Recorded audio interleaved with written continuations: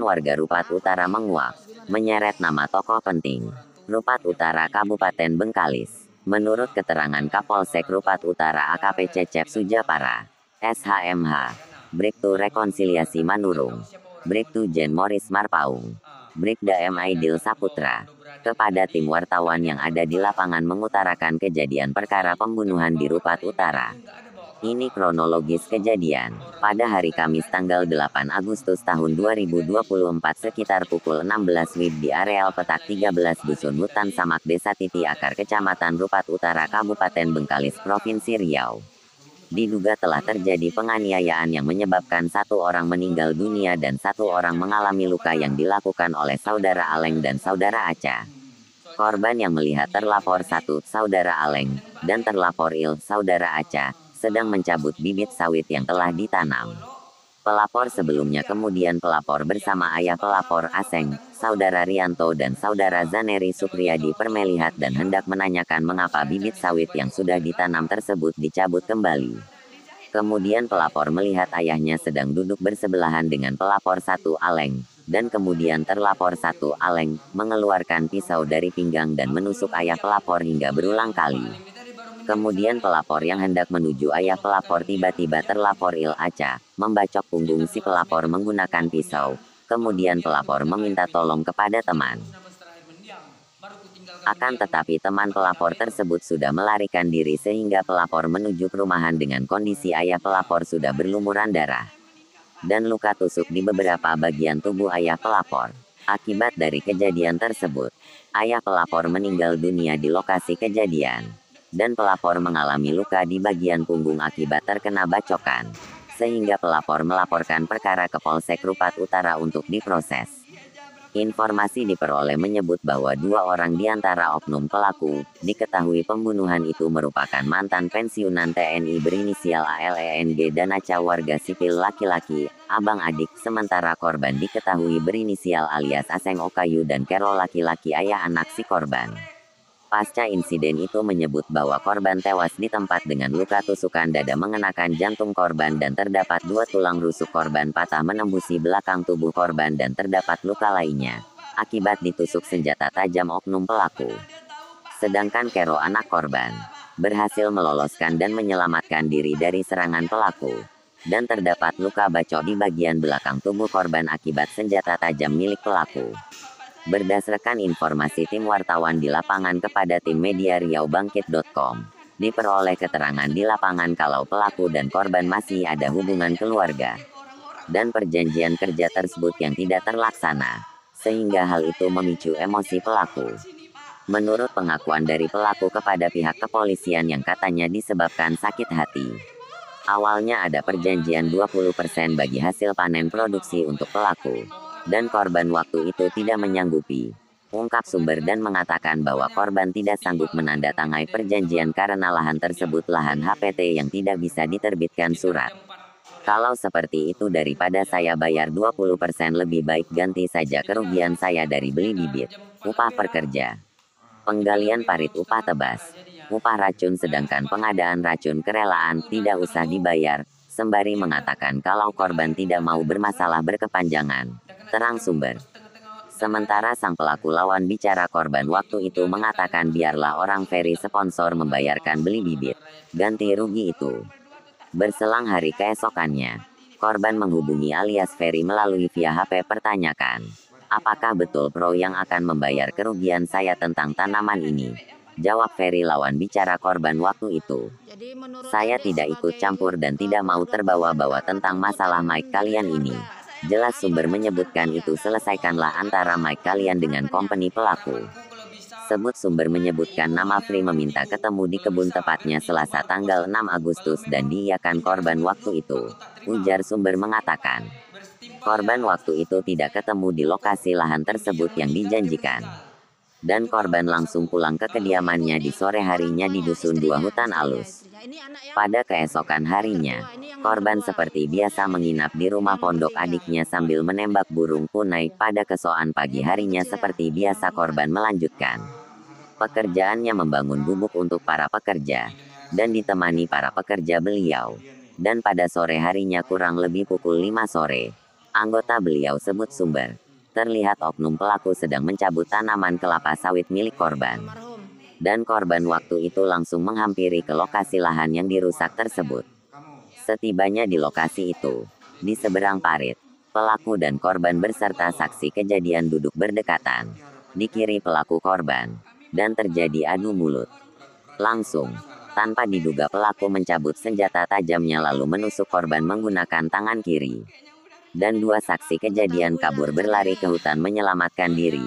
Karena sudah ketakutan adanya mencabut pisau itu. Dilaporkan M. Ali Hasibuan. TV Riau bangkit dari Pulau Rupat Kabupaten Bengkali. Pas kejadiannya Kak, orang tuh menyabuti bibit. Ancang-ancang orang tuh dah ada bilang sama yang punya yang pekerja di sana mau bunuh orang, tapi nggak tahu siapa orang yang mau dibunuh. Pas dia datang dua beradik ini tadi, kami datang berempat. Masih kami bawa dari bedeng itu nggak ada bawa apa-apa, bawa kosong. Orang tuh buat senjata tajam rupanya. Yang di belakang ini tadi. Dan pas cekcok mulut, nggak tahan lagi si Pak Aling ini tadi. Dari situlah langsung mengeluarkan golok dari belakang. Goloknya panjang. Goloknya segini pendeknya. Langsung mengeluarkan golok. Si Acan ini tadi bawa parang. Ada parang ditaruhnya samping. Soalnya mendiang ini tadi samping dengan Pak Aleng. Pas gitu dicabut golok, langsung ke mendiang.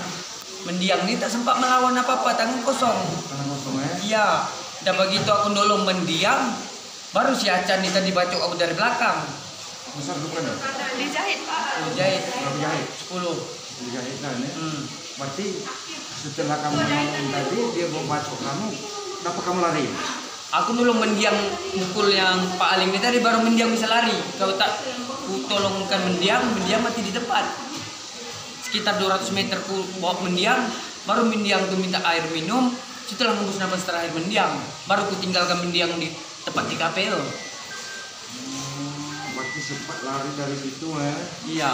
2 hari sebelum bapak saya meninggal Pak, Bapak Peri masih duduk di depan dengan bapak saya. Dia bilang dengan bapak saya, dia nggak mau terlibat dengan Bapak Aleng, katanya. Orang tuh minta 20% sama bapak saya. Bapak saya sama kakaknya nggak sanggup. Jadi kan orang ini minta ganti rugi aja, berapa nebas, berapa bibit. Orang ini nggak mau, orang ini mentah-mentah mau gratis yang kami kelola. Dia nggak berani tanda tangan dengan Pak Aleng 30%, tapi dia maksa bapak saya tanda tangan 20%.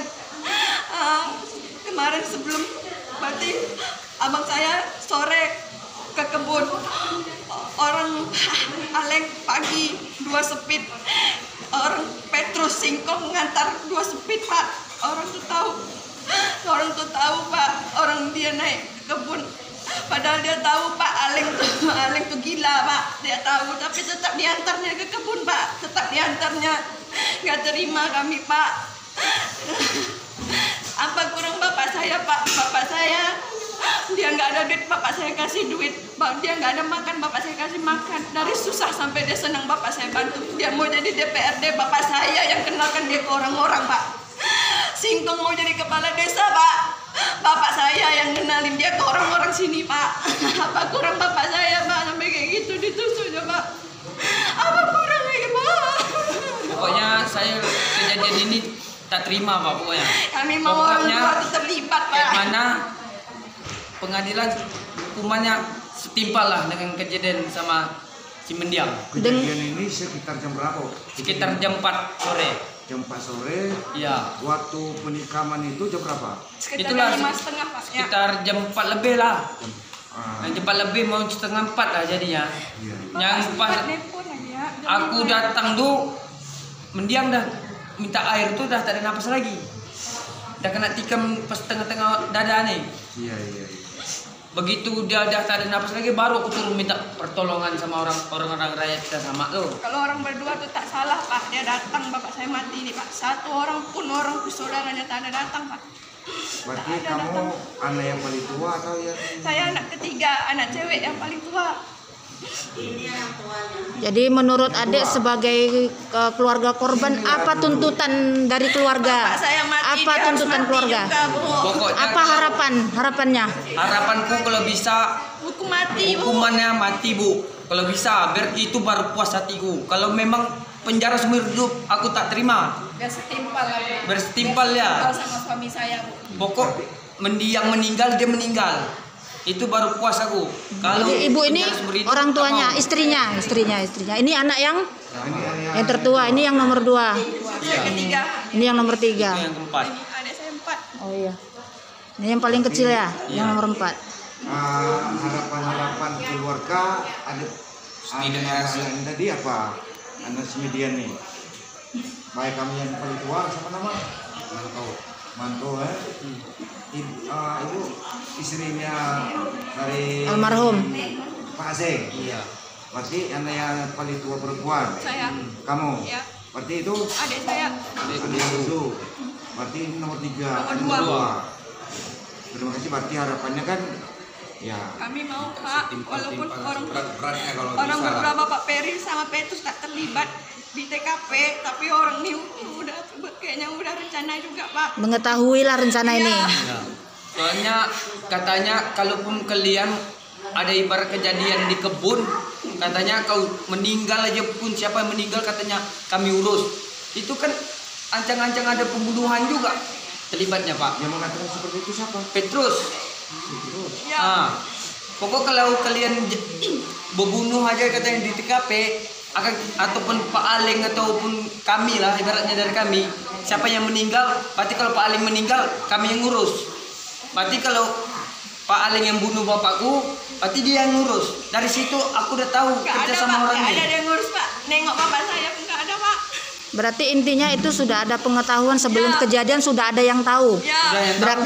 Berarti ini kasusnya pembunuhan berencana. Ya. Pokoknya udah berencana ada ancang-ancang membunuh ya. Tapi dia mengatakan seperti itu kapan?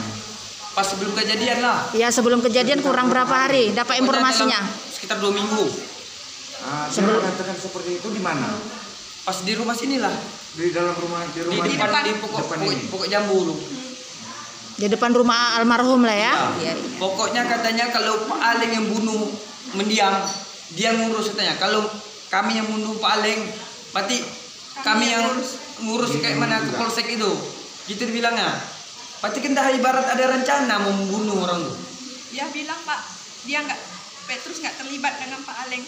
Tapi dia yang ngukur sepanjang-panjang tanah bapak saya. Dia yang ngukur, Pak. Dia yang ngukur bawa Dia yang naik darat, Pak. ngukur ke darat tempat tanah di lokasi ini. Katanya tanah tuh kali 2.000 kali 3.000. Ibaratnya ngapa yang punya kami yang digugat, yang punya lain nggak digugat. Olah-olah cuma tanah kami yang digugat orang nih. Aku bilang sama Pak Aleng, kalau mau digugat, gugatkan semua baru aku terima, aku bilang. Tapi waktu diukur itu siapa aja tadi? Inilah mendiangnya tadi. Berarti sewaktu diukur itu sekitar berapa hari? Sebelum kejadian. Sebelum kejadian. 2 minggu yang sebelum kejadian lah ya. Iya. Soalnya kan dah ibarat ada rencana pembunuhan. Ada bilang sama anggota di kebunuh. Ada mau yang dibunuh tapi nggak tahu orangnya siapa yang mau dibunuh. Kalau tahu ibaratnya tahu lah kami yang mau dibunuh. Lebih bagus awak sesama bawa parang. Iya. Ini ibarat awak dari pondok datang ke dia tangan kosong. Menyerahkan diri. Berarti tangan kosong waktu itu ya? Iya, nggak ada bawa apa-apa kami. Berarti yang diisukan katanya almarhum bawa bidik itu betul? Ya bawa Kak, tapi untuk menembakkan burung malam tuh. Dia untuk persiapan perjagaan dia.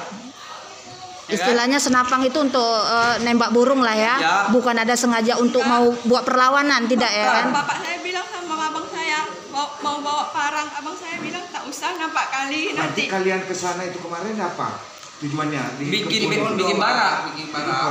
Ya. Nggak ada mau rencana kami. Berarti bahasanya ini orang itu punya rencana seperti itu, almarhum tidak tahu lah ya.